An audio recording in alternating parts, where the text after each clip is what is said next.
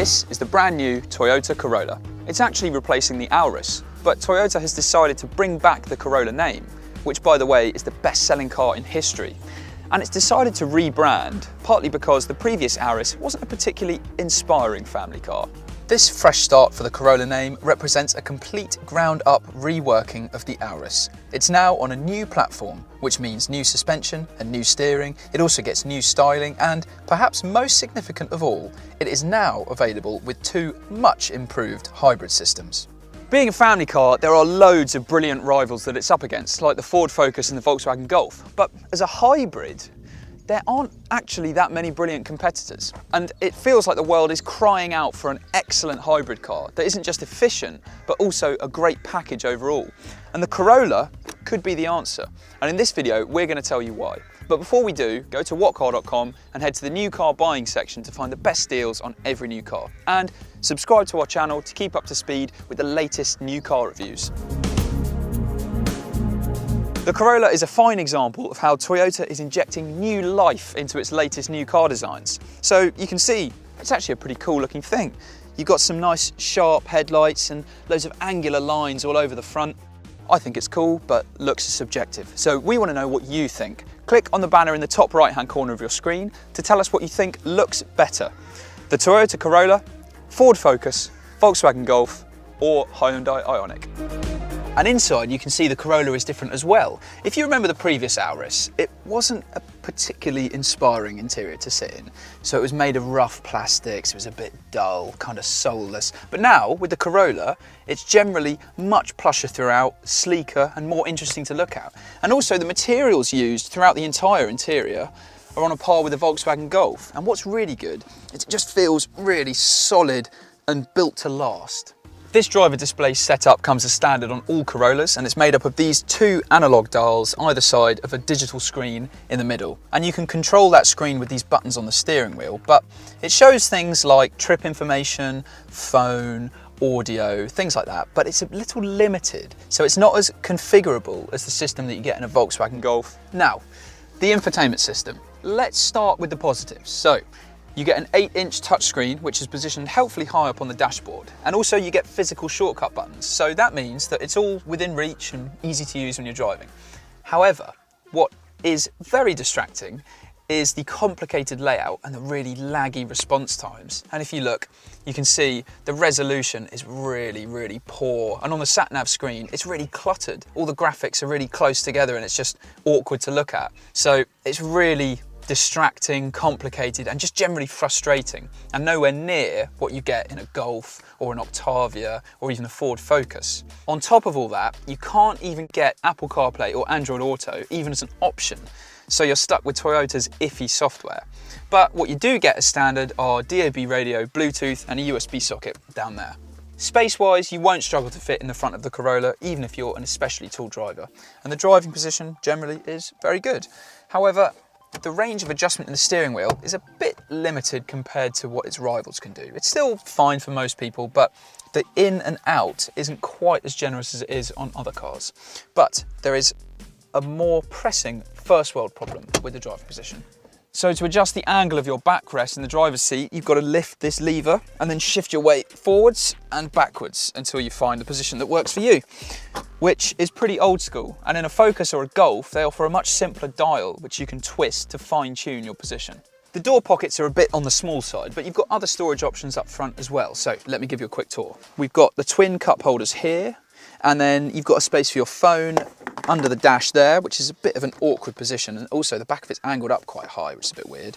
But you also have this storage compartment. Now this feels a bit on the flimsy side, but inside the storage is okay. It's a bit shallow, but you've got a 12-volt socket and another USB port there as well. And the glove box is a good size. Rear space is actually one of the weakest points of the Corolla. So that curving roofline that looks nice on the outside, inside it slopes down in front of you and to the side. So it means it feels really cramped, and you can see headroom is pretty tight. Legroom's okay, but in the back, in this class, it's only actually the Peugeot 308 that's more cramped than the Corolla. A Focus, a Golf, an Octavia, they all offer much more room for passengers in the back. The rear seats don't recline or do anything else particularly clever really, but they don't in the Corolla's rivals either. The seats do fold with a 60-40 split, as you might expect. Just how practical the Corolla's boot is depends entirely on which model you choose. We've got the 1.8 litre hybrid version here. Now, you can see the boot is a good size, and in fact, it's so good, you can fit 6 carry-on size suitcases in, which is more than you can get in a Volkswagen Golf, but both cars are much smaller than the enormous Skoda Octavia, which is basically like a limo in this class. But in the 1.8 litre, there's a bit of a lip at the front, which you get in the 1.2 litre petrol boot as well, and the rear seats fold, but they don't fold flat. So there's this huge step in the boot floor as well. And annoyingly, you can't buy a height adjustable boot floor on any model, so that's just something you've got to live with. But at least the boot space you're given is very good. However, if you go for a 2 litre hybrid Corolla, then the boot becomes so small that it's actually smaller than some cars in the class below. Now let me explain. The reason for that is it gets a bigger engine, which means under the bonnet, there's not actually enough room to fit the battery as well. So the battery has to go somewhere, and Toyota have put it in the boot, and that greatly reduces the boot size. So if you go for more power in the 2 litre hybrid, just be aware that you're going to be losing a lot of boot space. However, what you really want to know is just how efficient is the hybrid Corolla, and how do the numbers stack up if you're running one? Well, these are the key things that you need to know about buying and owning a Toyota Corolla. The Corolla is incredibly frugal, especially around town. With this 1.8 litre engine, we managed to achieve 60 miles per gallon in real-world driving conditions. It also has incredibly low CO2 emissions. However, a high P11D value means some less expensive petrol and diesel family cars can be cheaper as a company car. And if you're a private buyer, then it's expensive compared to rivals as well. The same goes for buying on a PCP finance deal. So go to whatcar.com and make sure you're getting the best deal. It might be expensive, but it is stacked with kit. Every Corolla comes with a reversing camera, and even entry-level icon trim comes with dusk sensing headlights, dual zone climate control, adaptive cruise control, heated front seats, and 16-inch alloy wheels. We reckon Icon Tech is the one to go for, keeping the price relatively low while adding things like sat-nav and parking sensors.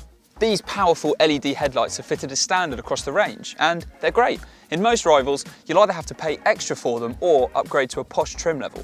Euro NCAP is yet to crash test the Corolla, but it's highly likely to score the full 5-star safety verdict. That's because automatic emergency braking, lane keeping assist, traffic sign recognition, and automatic high beam assist are all standard, which is very impressive. But it's a bit strange that blind spot monitoring isn't available, even as an option. Toyota's reliability record is truly outstanding. It ranked 3rd out of 31 manufacturers in our latest reliability survey, so you hopefully won't have to visit the garage too much. Now, you can get a 1.2 litre petrol engine in the Corolla, but Toyota reckons 90% of buyers are going to go for one of the 2 hybrid options that are available. We're in the 1.8 litre hybrid, which actually is the same unit that you can get in the Prius. While some hybrids, if they're plug-in hybrids, you have to charge them up from the mains to get the best out of them, the Corolla takes care of all that complicated business itself. So you can drive it like a normal petrol or diesel car, filling it up when you need to, and the car itself will charge the battery, and it does that when you brake. It uses that energy to help charge the battery, and it will also decide when to use the electric motor to help improve efficiency or improve performance. There are a couple of things you can control yourself though. You can put it in EV mode, but you can only do that at low speeds, really around town, and also it will only go into electric mode if there's enough charge left in the battery. This engine has 120 brake horsepower and claimed economy of up to 65.9 miles per gallon. So you can guess what its priorities are. Outright pace is not the strength of this engine, but there are definitely things to like about it, mainly those economy figures. It also gets a continuously variable transmission, which is very different to a manual or a normal automatic gearbox. So instead of increasing speed by ticking up ratios one by one, a CVT will spin the engine at the optimum speed required for whatever acceleration you're asking for it. So this CVT is much better than other examples that are around, but it still means when you're going uphill or when you're accelerating like we are here, the revs are always flaring and it does become quite noisy. But at least the petrol engine that it's paired with is pretty smooth, and actually when you're just cruising around gently, not asking a lot of it, then it is very quiet. The 2 litre engine is the best to drive in the range, and it comes with acoustic glass which helps make it quieter inside. But that's not the whole story. It's more expensive, and as we've mentioned, you lose a lot of boot space. So, given that the 1.8 is cheaper and more efficient, that is our pick of the range. One of the best things about the Toyota Corolla is just how comfy it is. So along with the Volkswagen Golf, it's one of the comfiest family hatchbacks around. The steering is also pretty accurate, but if you're after a proper driver's car, then a Ford Focus just steers better and is generally more agile. The Corolla is geared more towards being easy to drive rather than entertaining. But when the result is something that's as sure-footed as this and as comfortable, then you can't help but think Toyota's engineers have made a good compromise. The Hyundai Ioniq and Toyota Prius have odd shapes and small boots and aren't that brilliant to drive. But the Corolla is a good car, first and foremost, that's good to drive and is very practical. So it's nowhere near as compromised as any other hybrid, and that's what makes it so impressive. The Toyota Corolla is a great family car, with hybrid versions that offer exceptionally low running costs. It isn't perfect. The infotainment system is average at best. Rear seat space is a little stingy, and a Ford Focus is a better driver's car. On the plus side, it benefits from Toyota's outstanding reliability record. It's incredibly comfy, and it gets lots of standard equipment as well. We wouldn't just say that the Toyota Corolla is a great hybrid family car. We'd say it's the best hybrid car, full stop. So if you're looking to buy a new Corolla or any of its rivals, head to whatcar.com, where we can hopefully save you thousands on your next new car. But before you go, make sure you're subscribed to the What Car channel to keep up to speed with the latest new car reviews.